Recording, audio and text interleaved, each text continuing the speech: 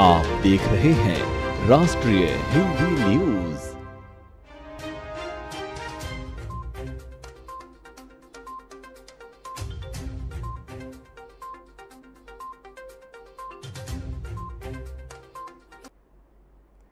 नमस्कार, आप देख रहे हैं राष्ट्रीय हिंदी न्यूज और आपके साथ हूं मैं अंजना राठौर। खबरें लगातार में आपका स्वागत है।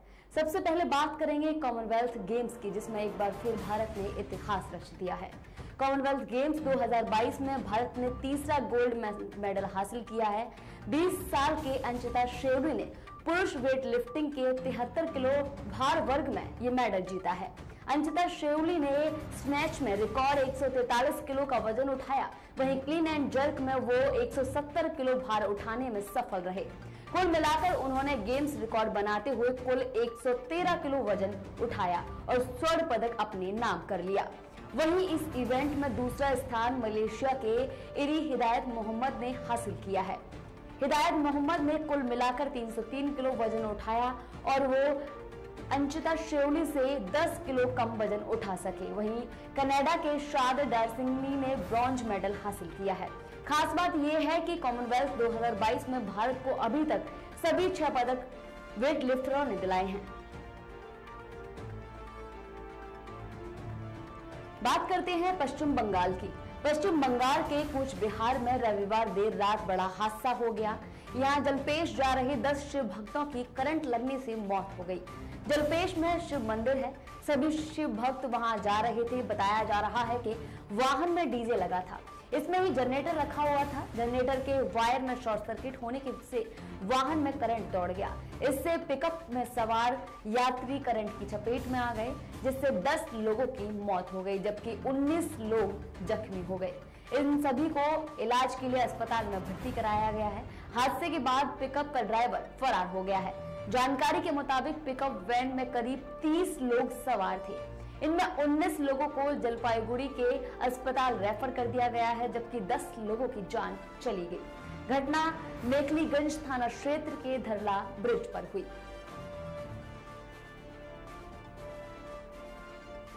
एलपीजी सिलेंडर इस्तेमाल करने वाले ग्राहकों को राहत की खबर मिली है, क्योंकि कमर्शियल एलपीजी सिलेंडर के दाम आज घटाए गए हैं। इंडियन ऑयल कॉर्पोरेशन ने कमर्शियल एलपीजी सिलेंडर के दामों में कटौती कर दी है। इसके बाद दिल्ली में एलपीजी सिलेंडर के दाम 36 रुपए सस्ते हुए हैं। आपको बता दें कि दिल्ली में एलपीजी सिलेंडर के दाम में 36 रुपए की कटौती के बाद ये 1976.50 रुपए प्रति सिलेंडर हो गया है। पहले इसके दाम 2012.50 रुपए प्रति सिलेंडर थे। वहीं कोलकाता की बात करें तो वहीं कोलकाता में एलपीजी सिलेंडर के दाम में 36.50 रुपए की कटौती की गई है, जिसके बाद इसकी कीमत 2095.50 रुपए प्रति सिलेंडर हो गई है। पहले इसके दाम 2132 रुपए प्रति सिलेंडर थे।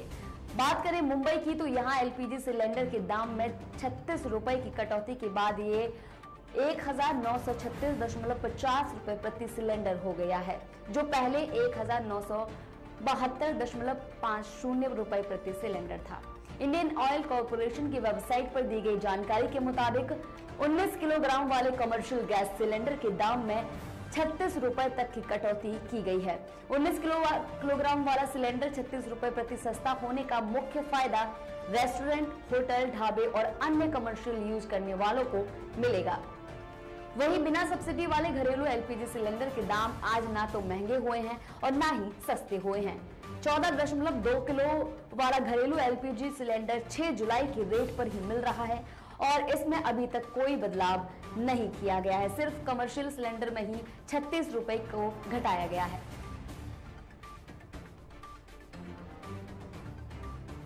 बात करते हैं महाराष्ट्र की। शिवसेना नेता संजय राउत को जमीन घोटाले मामले में गिरफ्तार कर लिया गया है। वहीं उनकी गिरफ्तारी पर मुख्यमंत्री एकनाथ शिंदे ने अपनी प्रतिक्रिया देते हुए कहा है कि भले ही शिवसेना के मुख्य प्रवक्ता और सामना के संपादक संजय राउत को ईडी ने गिरफ्तार कर लिया हो, लेकिन जांच के बाद सच्चाई सामने आ जाएगी। उन्होंने आगे कहा कि भले ही संजय राउत ने बार बार हमारी और हमारे साथ के 50 विधायकों की आलोचना की हो, लेकिन हम ऐसा नहीं करेंगे। इस मौके पर बोलते हुए उन्होंने स्पष्ट कर दिया है कि हम उनकी आलोचना का जवाब अपने काम के जरिए देंगे। बता दें कि पात्रा चॉल लैंड स्कैम मामले में शिवसेना नेता संजय राउत को कल देर रात यानी 31 अगस्त को गिरफ्तार कर लिया गया है। गिरफ्तारी से पहले उनसे लगभग 18 घंटे की लंबी पूछताछ की गई थी। संजय राउत को आज ईडी कोर्ट में पेश किया जाएगा। वहीं राउत की गिरफ्तारी के शिवसेना के कार्यकर्ता नाराज हैं। जैसे ही उनकी गिरफ्तारी हुई, ईडी दफ्तर के बाहर शिवसेना के कार्यकर्ता इकट्ठे हो गए और जमकर नारेबाजी की। बता दें कि ईडी ने मनी लॉन्ड्रिंग के एक मामले में शिवसेना सांसद संजय राउत को गिरफ्तार किया है। उन्हें उनके घर के बलाड असिस्टेंट इलाके में स्थित ईडी ऑफिस लाया गया है। संजय राउत के घर से ईडी को 11.5 लाख रुपए भी मिले हैं।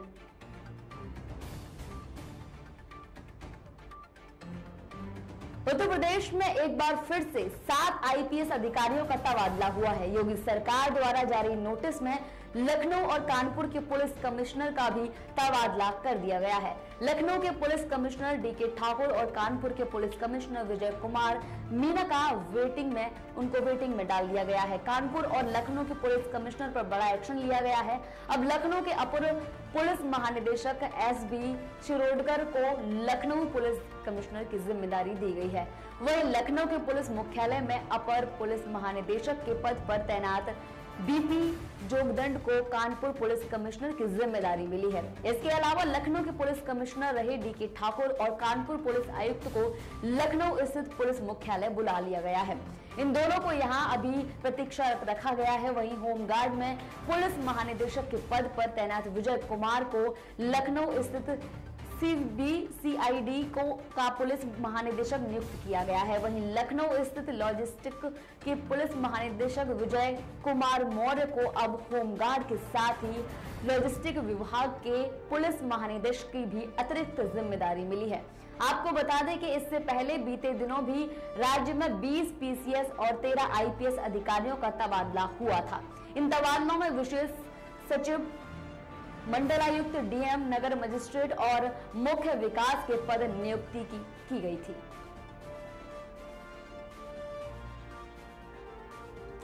बात करते हैं कोरोना अपडेट की। केंद्रीय स्वास्थ्य मंत्रालय द्वारा जारी रिपोर्ट के अनुसार देश में पिछले 24 घंटे में कोरोना संक्रमण के 16,446 नए मामले सामने आए हैं। नए आंकड़े के साथ ही कुल संक्रमितों की संख्या 4,40,36,275 पर पहुंच गई है। वहीं इस वायरस की चपेट में आकर जान गंवाने वालों को कुल मृतकों की संख्या बढ़कर 5,26,396 हो गई है।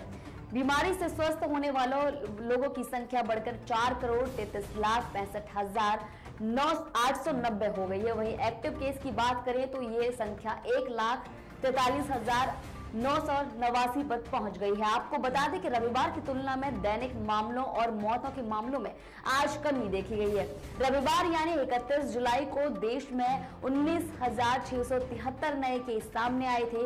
वहीं 39 लोगों की कोरोना से मौत हो गई थी, जबकि रविवार को शनिवार यानी 30 जुलाई की तुलना में 11.5% कम केस दर्ज किए गए थे। देश में 30 जुलाई को एक दिन में कोरोना के 20,408 नए मामले सामने आए थे, जिसके बाद देश में कुल संक्रमितों की संख्या बढ़कर 4,40,138 हो गई। वहीं संक्रमण से शनिवार को 44 लोगों की मौत हो गई थी। बात करें दिल्ली की तो राजधानी में 31 जुलाई की रिपोर्ट के अनुसार बीते 24 घंटे में कोरोना के 1,333 नए मामले सामने आए हैं। वहीं इस दौरान 3 मरीजों की कोरोना के चलते मौत हो गई। राष्ट्रीय राजधानी में कोरोना संक्रमण दर बढ़कर 8.39% हो गई है। हालांकि इस दौरान 944 मरीज स्वस्थ भी हुए हैं। दिल्ली में फिलहाल कोरोना के कुल संक्रमित मरीजों की संख्या 4,230 है। नई आबकारी नीति के तहत शराब की खुली दुकानदारों को राहत देते हुए सरकार ने 2 महीने का एक्सटेंशन देने का निर्णय लिया है। देशी शराब बेचने वाली सभी दुकानें 30 सितंबर तक खुली रहेंगी। आबकारी विभाग के महाप्रबंधक अजय कुमार गंभीर द्वारा जारी किए गए आदेश में इसकी जानकारी दी गई है। दिल्ली में 1 अगस्त से निजी शराब की दुकानों के बंद होने से शराब की किल्लत के मद्देनजर दिल्ली सरकार नई आबकारी नीति को 2 महीने बढ़ाते हुए देसी शराब की बिक्री के लिए लाइसेंस अवधि को 30 सितंबर तक बढ़ा दिया है। विभाग द्वारा जारी सर्कुलर में कहा गया है कि दिल्ली में देशी शराब की आपूर्ति के लिए लाइसेंसधारी जो अपनी पंजीकृत ब्रांडों की मौजूदा कीमत पर बिक्री करने के लिए 2 महीने की इस विस्तार अवधि का लाभ उठाने के इच्छुक हैं, उन्हें 2 महीने का शुल्क यानी लाइसेंस शुल्क BWH शुल्क और जमा कराना होगा। हालांकि ऐसा गैर नवीकरणीय लाइसेंस रखने वाले कोई भी व्यक्ति अपने लाइसेंस का विस्तार करने के लिए इस तरह के प्रस्ताव को स्वीकार करने के लिए बाध्य नहीं होगा। बता दें कि शनिवार सुबह उप मुख्यमंत्री मनीष सिसोदिया ने कहा था कि दिल्ली सरकार ने नई आबकारी नीति वापस ले ली है और केवल सरकारी दुकानों से शराब बेचने के लिए निर्देश दिया गया है। लेकिन सरकार के इस फैसले के बाद दिन भर शराब की दुकानों पर भीड़ की स्थिति को देखा गया। ये अतिरिक्त एक्सटेंशन दिया गया है, जिसके चलते फिलहाल के लिए खबरों में इतना ही। देखते रहिए राष्ट्रीय हिंदी न्यूज। जय हिंद।